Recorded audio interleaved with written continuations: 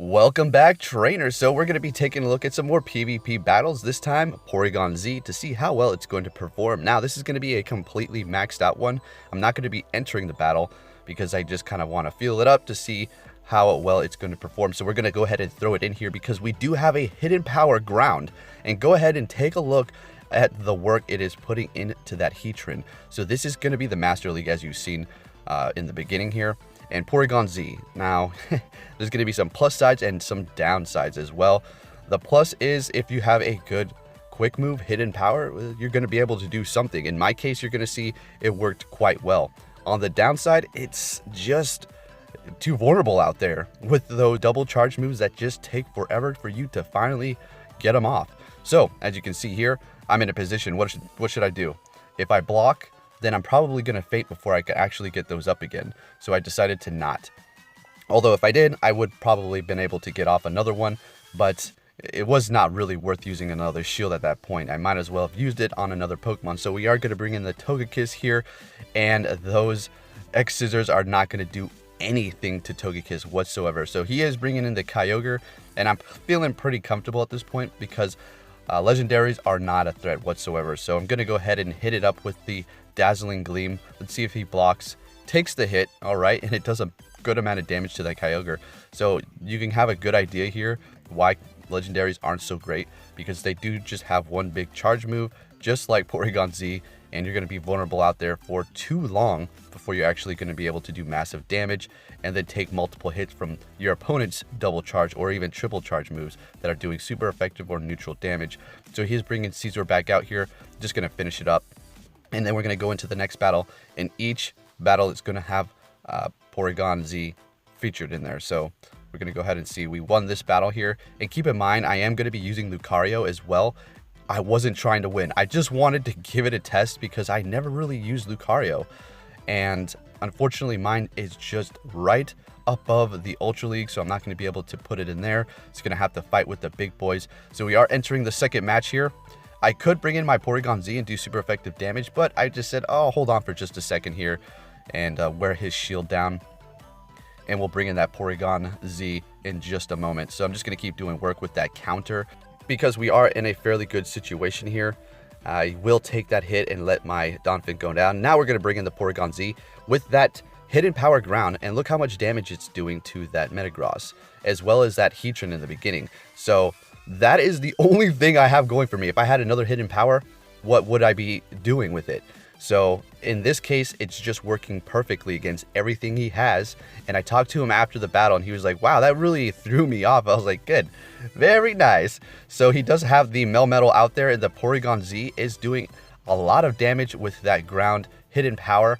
It took it down to half. Now, at this point, I was thinking, should I shield up? Yes, absolutely. I want to preserve that Porygon Z and continue to put in work onto that Melmetal. But the thing about Melmetal is it has that amazing Rock Slide. It's going to charge super fast with that Thunder Shock, and you're just going to get destroyed fairly quick if you're not resisting that. So we do have the Sceptile. We're just going to go ahead and do that Leaf Blade and get him out of the field here before he gets off another Rock Slide onto that Sceptile. And now we're looking quite nice. So we're just going to almost finish it off here with this Leaf Blade onto that Rhyperior. And it's almost a one and done. Now, Sceptile, in my opinion, is literally one of the best PvP Pokemon because of the move pool it has. Leaf Blade, 3 charge move, fairly strong. Aerial Ace, 3 charge move, coverage, fairly strong. Plus with that Fury Cutter and Bullet Seed combination for the quick moves, you're looking fantastic. You're going to be able to charge up those moves so quick and get them off and rip through them. So we're faced off against Rayquaza, and I'm using my Lucario here. Now, I made a big mistake, and I should have shielded up because I thought I would be able to survive that Outrage. Unfortunately, not.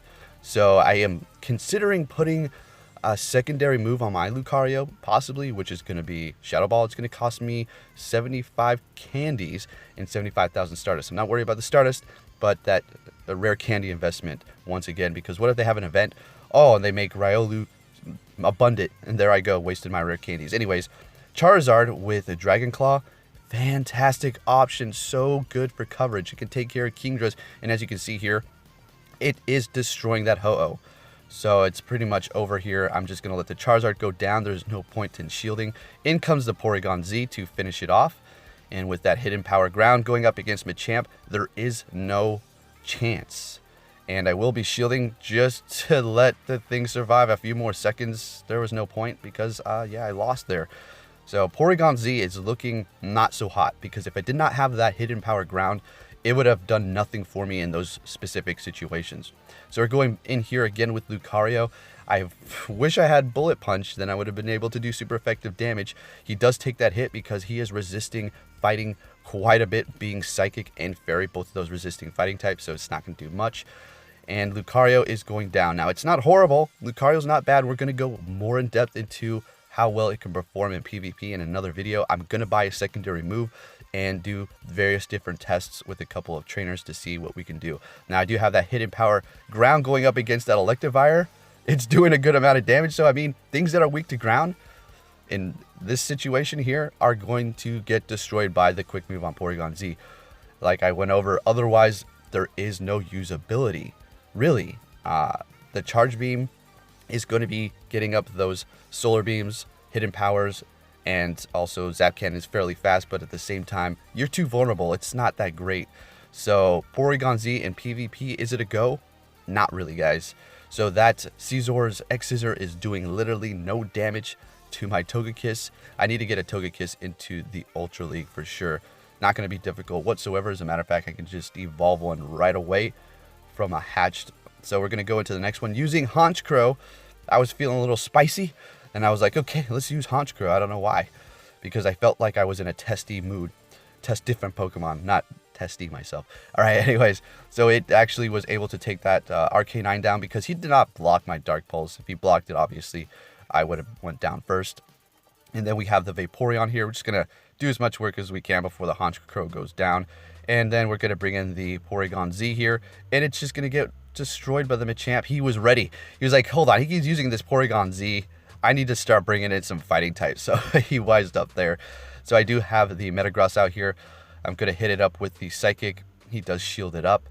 And which secondary move do you want on your Metagross?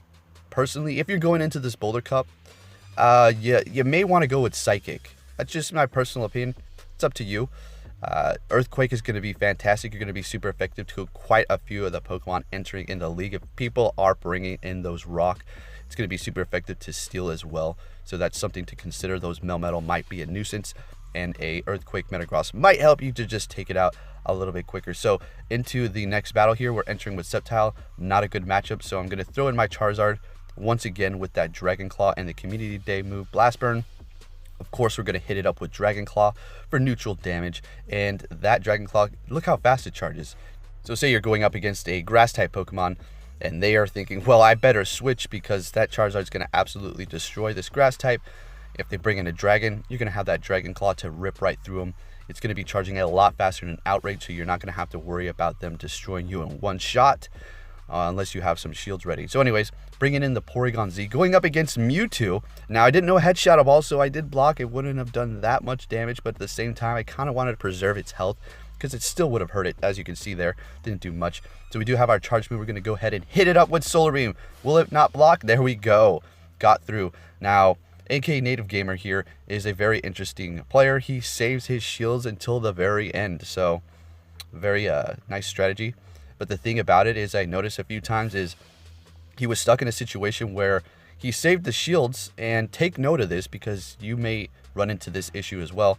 Saving your shields is great, but you might just find yourself getting worn out by the quick moves and you still have a shield left, which you could have used earlier on in the game to preserve your health on another Pokemon, inevitably helping you win the battle. So maybe make sure you consider that and don't hold on to your shields for too long, and use them in the right situations. Anyways, going into the next battle, he's pulling in his Shiny Magmortar. I have a quick rock move, so it's just going to town on that thing and doing quite a bit of damage. I will take that hit because there's no need to block. The Togekiss is fairly tanky. Such a nice Pokemon. My hidden powers are just looking magnificent. Got rock on the Togekiss, ground on the Porygon Z. Looking great. So we're going to go ahead and hit up that Exeggutor with an Aerial Ace, and it does a pretty good amount of damage. That rock wasn't doing too much. Now we're going to go ahead and bring in Porygon Z because we are pretty clear here Not too sure what he's going to have next, obviously, but we're going to see right now, and it's Tyranitar, super effective. All right, now we're going to hit it up with that Solar Beam, which would take it out of one shot if he does not block, but he does. So we're going to just continue on here. So you can see the vulnerability on the Porygon Z, and it's not going to be performing this great because I do have the ground hidden power, so it just wouldn't work onto those things. Anyways, trainers, hope you enjoyed this video. That was just a quick breakdown and a look-see at Porygon Z in the PvP battles. Take care, trainers, and have a good one.